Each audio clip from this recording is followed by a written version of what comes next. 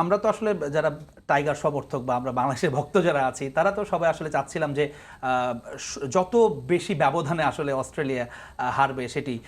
তবে ভারত যখন 206 করলো তখন তো অস্ট্রেলিয়ার সেই সামর্থ্যটাও আছে, বা অস্ট্রেলিয়ার হয়ে যেটি শুরুতেই আসলে ট্রেভিস হেড যে ইনিংসটা খেলেছেন সেটাও প্রায় 176 স্ট্রাইক রেটে তিনি ব্যাটিং করেছেন এবং 73 রান করেছেন, এবং তিনি ক্রিজে থাকলে হয়তোবা চিত্রটা ভিন্ন হতে পারতো, এই সমীকরণগুলো নিয়ে হয়তোবা কথাও বলতে হতো না। আসলে সেই সংখ্যাটা মনে হয়েছিল কিনা আপনার কাছে যখন ম্যাচ দেখেছেন? না, আপনি যদি ইন্ডিয়া টিমের পুরো ব্যাটিং লাইন আপটা দেখেন, আপনার লাস্টে এসে হার্দিক পান্ডিয়া একটা ভালো ফিনিশ করেছে, মাঝখানে এসে সূর্যকুমার যাদবও খুব ভালো একটা ইনিংস বিল্ড আপ করে গেছে, good strike rate, Rohit Sharma শুরুতে খুবই ভালো খেলে গেছে।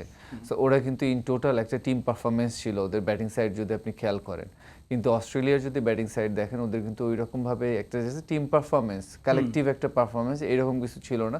ছোট ছোট কিছু পারফরমেন্স ছিল, বাট আপনি যখন 200 রান আপনি চেস করতে যাবেন তখন অবশ্যই আপনাদের অ্যাজ এ টিম হিসেবে আপনাকে এটা চেস করতে হবে।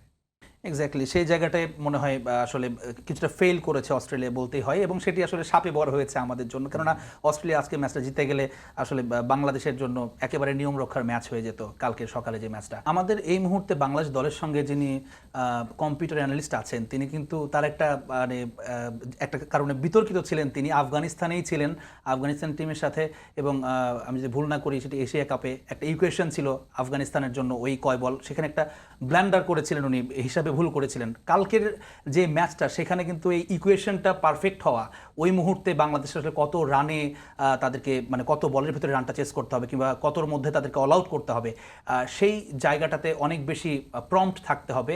এটা নিয়ে আসলে এক ধরনের শঙ্কা কি আসলে থাকবে কিনা, বা বাড়তি সতর্কতা থাকা উচিত কিনা আপনার কাছে কি মনে হয়? আমি শঙ্কা আসলে হচ্ছে কি, আমরা সবাই মানে হিউম্যান বিং, ভুল হতেই পারে, হয়তো বা যে ভিডিও অ্যানালাইসিস ছিলেন উনি হয়তো বা ভুল করে ফেলেছেন একটা।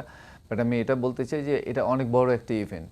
সো এই ইভেন্টের মতো জায়গায় আপনি যখন পরে যদি আপনি চেস করতে যান বা বোলিং করেন, তখন আফগানিস্তানও ভালোভাবে জানবে যে তাদের কত ওভারের ভিতরে কি করতে হবে। বাংলাদেশ টিমও মানে এটা হাফ অফ দ্য ম্যাচ যখনই ডান হয়ে যাবে তখনই আমরা সবাই জানতে পারবো যে আসলে ইকুয়েশনটা ক্লিয়ার হয়ে যাবে তখন। এক্স্যাক্টলি। আরেকটা বিষয় জানতে চাই, আপনি যেটি বলছিলেন যে স্পিনার দিয়ে শুরু করার কথা, কিন্তু সাকিব আল হাসানকে আমরা দেখছি আসলে তিনি যেই ধরনের তার যে ক্যাপাবিলিটি সেটা নিয়ে আসলে কোনো প্রশ্ন তোলার সুযোগই নেই। তার ওভার দ্য ইয়ার্স তিনি তার ক্যারিয়ার জুড়ে যা দেখিয়েছেন সেখানে প্রমাণ করার কোনো জায়গা নেই। তবে এই মুহূর্তে তার বোলিংটা আসলে সেই আপ টু দ্য মার্ক বা সাকিব সুলভ সেই বোলিংটা আসলে তো আমরা মিস করছি। সেক্ষেত্রে স্পিনার দিয়ে শুরু করতে গেলে সেখানে শেখ মেহেদী একটা অপশন আছে, সেটিও আসলে কাজে আসতে পারে কিনা, বা এই দুজন স্পিনারকেই মূলত আমরা দেখবো কিনা? না, মেহেদী অবশ্যই আপনি মানে দুইটা রাইটি ব্যাটসম্যান হলে যে অফ স্পিনার করাতে পারবেন না এরকম কোনো ধরনের কিছুই নেই। মেহেদী নতুন বলে যথেষ্ট ভালো বল করে। সো আমার ওপিনিয়ন সেটা হচ্ছে, আপনি এক সাইডে যদি পেস বলার থাকে, এক সাইডে যদি স্পিনার থাকে, সেটা সাকিবও হতে পারে, মেহেদীও হতে পারে। সো মেহেদীও কিন্তু আপনি দেখবেন যে রাইটিদের ব্রেক থ্রু এনে দিয়েছে। সো যে কেউ ব্রেক থ্রু এনে দিতে পারে, কিন্তু আমার ওপিনিয়ন হচ্ছে আপনি যদি এক সাইড পেস বলার এক সাইড স্পিনার থাকে তাহলে আমার জন্য মনে হয় এটা গুড কম্বিনেশন হবে টু স্টার্ট উইথ।